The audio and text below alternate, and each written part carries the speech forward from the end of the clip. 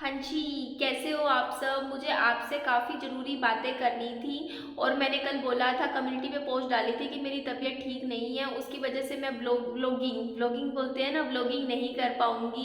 करने को मैं कर भी देती, लेकिन मैं ना अपनी हेल्थ को पहले प्रायोरिटी दे रही हूँ। मैं चाहती हूँ कि मैं थोड़ा आराम करूँ। इवन आप यकीन नहीं करोगे, अगर मैं लिस्ट बनाने लगूँ ना, मेरी कम से कम पूरी अच्छी खासी लिस्ट तैयार हो जाएगी कि वो काम मुझे निपटाने हैं। मुझे पापा जी के साथ मार्केट में जाके सच में बहुत सारे काम करने थे, पर मैंने भी पापा जी को बोला, मैंने कहा पापा जी दो दिन और रुक जाते हैं, उसके बाद अपने जो भी काम है वो सारे निपटा लेंगे। तो मुझे दो बात पॉइंट मुझे बात करनी थी।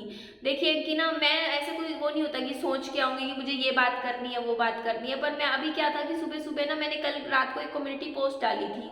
उस पोस्ट पे मैंने ना ये बात बोली थी, एक तो कि मेरी हेल्थ ठीक नहीं है, जिसकी वजह से मतलब मैं अभी थोड़ा रेस्ट ले रही हूँ। तो मेरे को बहुत से कमेंट्स आए थे जिन्होंने कहा कि आप बताओ बताओ क्या हुआ है क्या हुआ है। तो इस बारे में पहले मैं बात करना नहीं चाहती थी। मैंने सोचा था कि हाँ बस मैंने इतना कह दिया मेरी तबीयत खराब है तो आप समझ ही जाओगे और बस। लेकिन मुझे ऐसी चीज़ फिर बाद में रियलाइज़ हुई कि ना, अगर मैं इस बारे में बात नहीं करूँगी तो कोई भी नहीं करेगा, और अगर मैं बात करूँगी इस बारे में और ओपनली आके चीज़ें रखूँगी तो इससे क्या होगा कि और लेडीज़ को भी एनकरेजमेंट मिलेगी, उनको भी लगेगा कि हमें भी आगे बढ़ना चाहिए और इस बारे में हमें बातचीत करनी चाहिए। तो मैं ये बात ये कर रही थी कि देखिए, आप भी जानते हो कि जब बेबी होता है, बच्चा होने के बाद आपका जो मेंस्ट्रुअल साइकिल है, हो सकता है जो वापस आने में 6 महीने लग जाते हैं, 2 महीने लगते हैं, या फिर 1 साल लगता है, कितना भी टाइम लग सकता है, वो पर्सन टू पर्सन डिपेंड करता है। तो मेरा साथ अभी क्या हुआ रिसेंटली, मेरा आपको भी पता है कि मैंने एक्सरसाइज वगैरह करनी शुरू करी थी पिछले 1 हफ्ते से। उससे पहले मैं बिल्कुल नहीं कर रही थी और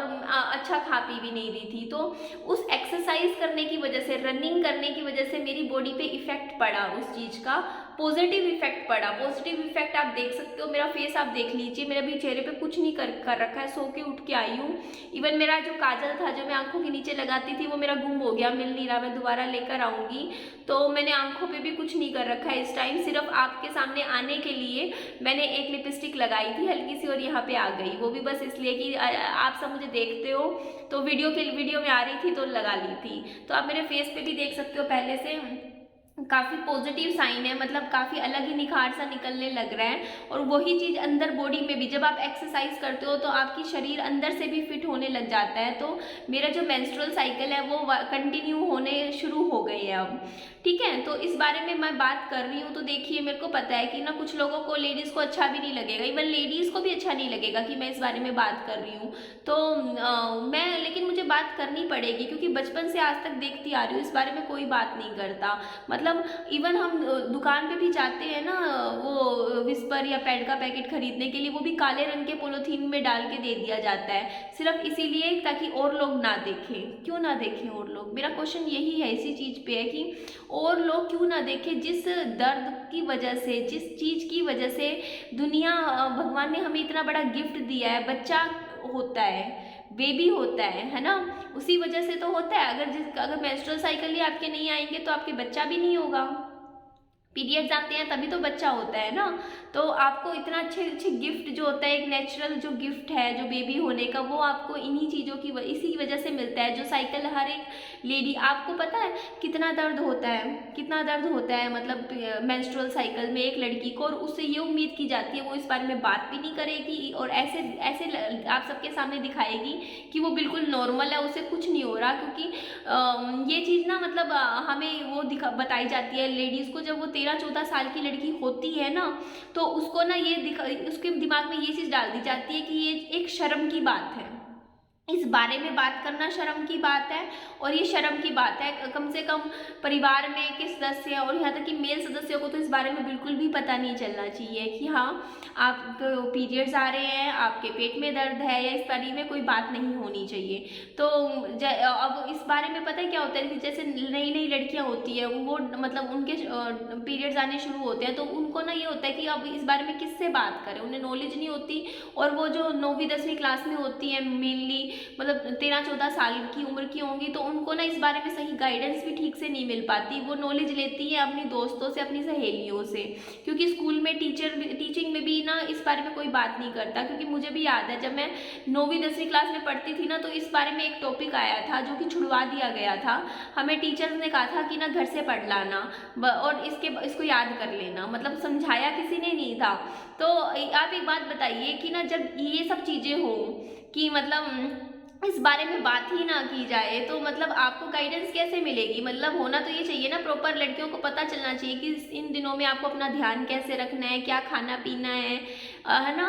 और मैं उन लड़कों से बात करना चाहूँगी, क्योंकि मेरी वीडियो लड़के भी देखते हैं, लड़कियाँ भी देखते हैं। और लड़के पता है क्या करते हैं, मुझे आज भी याद है कि मैं कॉलेज टाइम की बात बताती हूँ, मैं अपनी खुद की बता रही हूँ। मेरी एक फ्रेंड थी, उसके ना पेट में दर्द हो रहा था, और ना वो मेरे साथ में बैठी हुई थी, और उसको वो आराम से थोड़ा सा होता नहीं, उसके फेस एक्सप्रेशन इस तरीके के थे, और वो मेरे साथ में बैठी थी। पीछे ना 2-3 लड़के बैठे हुए थे, क्योंकि और ना वो लड़के पता है क्या कर रहे थे, पीछे से ना टोंट मार रहे थे, बोल रहे अरे पेट में दर्द हो रहा है इसके तो दिन आ रहे हैं, ये आ रहे हैं, वो बकवास कमेंट कर रहे थे। और मेरी फ्रेंड एम्बेरस हो रही थी, और मैं उन लड़कों की शक्ल देख रही थी। मेरा तो मन कर रहा था एक बार तो मैं उनको सुना दूँ, बढ़िया वाला सुना दूँ। मतलब जो इस तरीके की जो हरकतें करते हैं ना लड़के, मतलब लड़कियों का मतलब मजाक उड़ाते हैं इस चीज़ को लेके। तो जब उन लड़कों के लिए मेरा ये मैसेज है कि जब आपकी शादियाँ होंगी ना और उनकी वाइफ आएंगी, तब आपको समझ में आएगी ये चीज़ क्या होती है। अभी आपको कुछ समझ नहीं आने वाला ये चीज़ें, ठीक है। तो उन लड़कों के लिए मैं ये बोलूँगी कि प्लीज़ इस चीज़ को ना मजाक मत बनाइए, क्योंकि इस चीज़ की वजह से ही ना एक काले पॉलीथीन में ये जो विस्पर पैड वगैरह के पैकेट होते हैं वो लाके दे दिए जाते हैं, है ना। उनको ओपनली लड़कियों को कहा जाता है कि इस बारे में बात मत करो। अगर आपको पता है इसमें कितना दर्द होता है, इसमें एक जो पथरी होती है ना, पथरी का दर्द उठता है। आपने किसी के हुई हो पथरी तो वो इमेजिन कर सकता है, मतलब उसी लेवल का लगभग लगा लो, किसी को थोड़ा कम किसी को ज़्यादा, उसी लेवल का दर्द एक औरत को हर महीने होता है। जैसा पथरी का दर्द उठता है, कितना बिना असहनीय दर्द हो जाता है ना पेट में, वो ही लगभग वैसा ही दर्द होता है। ये भी मतलब इसमें होता है। तो वो भी मैं नहीं कहती सबको होता है, किसी को थोड़ा कम भी होता है, किसी को पता भी नहीं चलता, किसी को बहुत होता है। उनको पेट दर्द की दवाइयाँ भी लेडीज़ को खानी पड़ती हैं ऐसे टाइम में। और वो लड़कियाँ इतना पेट में दर्द होने के बावजूद भी घर के सारे काम भी करती हैं, कुकिंग भी करती हैं, बाहर भी निकलती हैं, नौकरी भी करती हैं, और सबके सामने ये भी दिखाती है कि मैं बिल्कुल नॉर्मल हूँ, मुझे कुछ नहीं हो रखा है। तो क्योंकि इस बारे में बात तो कर ही नहीं जाती है, तो मैंने इसीलिए ये बात मैंने ओपनली बोली। मैं कहा मैं इस बारे में बात करूँगी, क्योंकि ना एक तो ना इस मामले में क्या होता है कि ना जिसको भी मतलब लोग ना मतलब छेड़ने के लिए क्या बोल देते हैं इसको, तो मूड स्विंग्स हो रहे होंगे जानबूझ के, मतलब आप समझते हो ना। मतलब ये लोग ये चीज़ें तो मैंने कई जगह देखी, हस्बैंड भी कर देते हैं, अरे इसके मूड स्विंग्स हो रहे होंगे। अरे आप पहले खुद झेलोगे ना दर्द, पता चलेगा। मतलब अगर आपके होगा ना ये दर्द, तो आप ना 5 दिन की ऑफिस से छुट्टी लेके बैठ जाओगे घर पे। मतलब और हम जो लेडीज़ होती है ना पूरा टाइम निकलती हैं बाहर, सारे काम भी करती हैं, ऐसी हालत में भी उठ के सब करते हैं, तो उसके लिए भी हिम्मत चाहिए होती है। तो मैं लड़कियों से बोलूँगी, चाहे वो 12-13 साल की लड़कियां हो, चाहे वो घर में काम करने वाली लेडीज़ हो, प्लीज़ इसमें बिल्कुल भी शर्म की बात ना कीजिए। अगर आपका बॉस आपसे पूछता है कि हाँ आपने छुट्टी क्यों ली थी, क्या कारण था कि आप ऑफिस नहीं गए, तो आंखों में आंखें मिलाइए और आंखों में आंखें मिला के बोलिए कि हाँ जी I had my menstrual cycle. आंखों में आंखें मिला के बोलिए, ठीक है। तो ये चीज़ होनी चाहिए, आगे से करिएगा, ठीक है। शर्माना नहीं है इस मामले में, खुल के जाइएगा और दुकान पे जाके कोई भी चीज़ इससे रिलेटेड चाहिए हो, खुल के आँख में आँख मिला के मांगिए।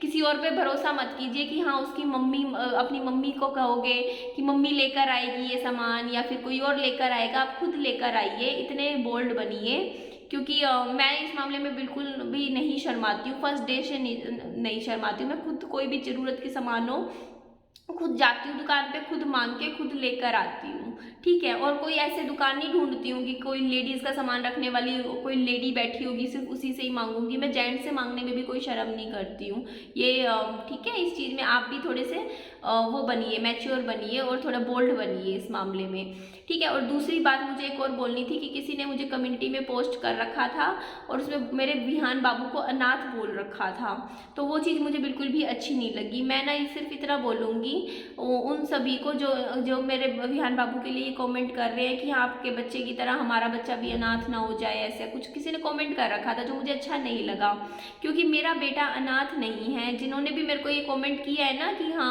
विहान अनाथ है, तो पहले जाके ना बुक पढ़िए और थोड़ा एजुकेशन लीजिए, क्योंकि आप ना ये चीज़ समझिए कि अनाथ का पहले मतलब क्या होता है, पहले ये चीज़ पता कीजिए, ठीक है। अनाथ वो उसे कहते हैं जिसके माँ और बाप दोनों नहीं होते हैं, ठीक है।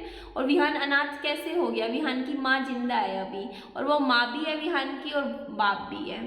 और दूसरी बात उसकी और भी मतलब पूरी फैमिली है, यूट्यूब पे भी बहुत लोग उसको प्यार करते हैं। तो प्लीज़ मेरे बच्चे को अनाथ मत बोलिए, मेरे को बहुत बुरा लगा ये शब्द ना, मुझे अच्छा ही नहीं लगा। सुबह सुबह मन खराब सा हो गया ये नाम पढ़ के कि विहान अनाथ है, इस तरीके का किसी ने मुझे बोल रखा था जो अच्छा नहीं लगा। तो ये चीज़ मैंने बता दी है कि मेरा बच्चा अनाथ बिल्कुल नहीं है, और कल को वो बड़ा होगा तो उसके सामने तो ये वर्ड बिल्कुल भी यूज़ मत कीजिएगा कि अनाथ है, ठीक है। अनाथ माँ, जब तक माँ जिंदा है तब तक तो बिल्कुल भी अनाथ नहीं है वो। तो जी बस मैं अभी थोड़ा सा आज तो मैं आराम करूँगी, बहुत सारे काम करने हैं मुझे, और लिस्ट बनने अगर मैं बनाने लगी ना तो पता नहीं कहाँ तक वो बनेगी लिस्ट, मैं खुद नहीं जानती हूँ, इतने काम मेरे पेंडिंग है। पर मैं आज आराम करूँगी, फिर भी करूँगी, और क्योंकि ताकि मैं मेंटली तौर पे इस चीज़ के लिए तैयार हो पाऊँ, और उसके बाद अपनी लाइफ को थोड़ा सा और आगे कंटिन्यू करना है। भाग दौड़ वाली ज़िंदगी तो है भाई मेरी, और आगे बहुत सारे काम करने हैं आगे भी। तो चलिए इस वीडियो का मैं एंड करी, अपना ध्यान रखिए, खुश रहिए, और मेरी वीडियो अच्छी लगे तो लाइक कर दीजिएगा, और प्लीज़ इस चीज़ को समझिएगा। आप इस बारे में बात करनी ज़रूरी थी, एक टाइम पे मैं भी नहीं करती थी, बट हमें ओपनली आके इस चीज़ के बारे में बोलना पड़ेगा ताकि ये चीज़ शर्म का मुद्दा ना रहे। समझ रहे हो आप, कि लोगों में, लेडीज़ में शर्म ना रहे कि ये चीज़ शर्म की बात है, कि बात नहीं बतानी, ये नहीं करनी। इनको आँख में आँख मिला के बताइए, क्योंकि ये दर्द आप लेडीज़ सहन करती हैं, तभी एक बच्चा मतलब जैसी जो उत्पत्ति जो इतनी गॉड गिफ्टेड होती है वो भी तभी वो लेडीज़ को मिलती है ना। तो जी अपना ध्यान रखिए, मैं जा रही हूँ। Okay, bye bye, take care.